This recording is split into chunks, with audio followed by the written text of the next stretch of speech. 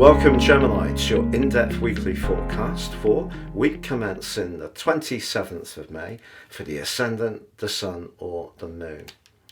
On the screen now I'm showing the event chart right at the start of the week, and you can see a big cluster of energy, a stellium in your sign. What's really exciting is that Jupiter has just arrived, so it's right on that first house cusp. So that's going to give you a big boost of optimism, but also a sense of extra energy and self-belief.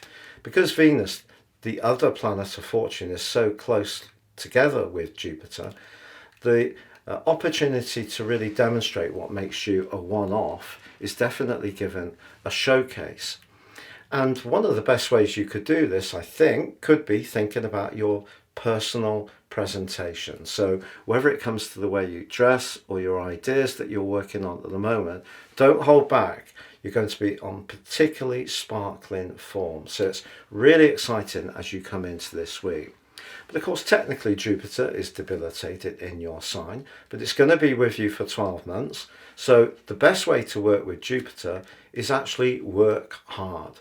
The great gift you've got, Gemini, is that Saturn, the planet of structure, is in the part of your situation to do with how you interact with the world at large. And it's also in an area that's very much to do with great responsibility.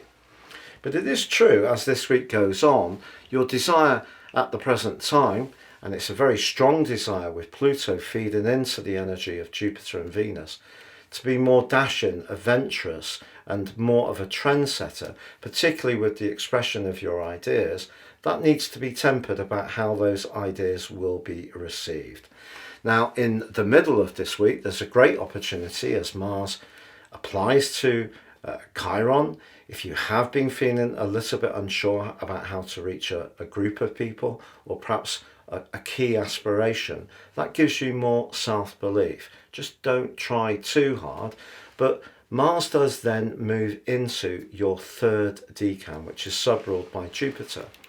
But of course, Jupiter rules the sign of Sagittarius, which is a fire sign. So there's a mutual receptivity with it, with Mars moving into this part of its journey through its home sign.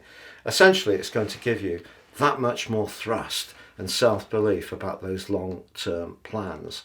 But then the moon moves into the sign of Pisces, and on Thursday we have a quarter moon. The quarter moon for you in the 10th house squares up with the Sun in the first house. There could be a conflict would be a strong word, but you may feel a bit torn. If you're really on a journey of individual self-expression, there could be something that comes up to do with a job or a position or a chance for you to showcase your talent to a wider audience, but the person offering or the organisation offering that opportunity may want it on their terms, or may want to convert your talent or your skill in a way which fits into their structure. If you're a natural bohemian, that can be a tense point, particularly when on Friday the moon moves to join up with Saturn, and you could feel a little bit frustrated. But keep the faith, because Mercury, your ruler, applies to Uranus towards the end of this week. And although Uranus has perhaps at times been quite the aggravant in terms of your nervous system in recent years, here there may be an opportunity for you to have an amazing light bulb moment. I think we all have them when we wake up in the middle of the night and think, do you know, that is really, really brilliant. I'm going to work with that. It's completely different. It could be a mixture of your more psychological energies, your sensory energies, manifesting something that you can use in a more practical way. Could be to do with money, could be to do with a business idea. Now, once Mercury moves into your sign on the 3rd of June, and that's the day that Pluto and Jupiter reach an exact trine, that's going to be a very important day, and that's next week. So if you're building up towards something, doing your research, taking soundings, looking at situations in a different way to try to yield greater results, it's all part of a fluid process that you're evolving at the present time.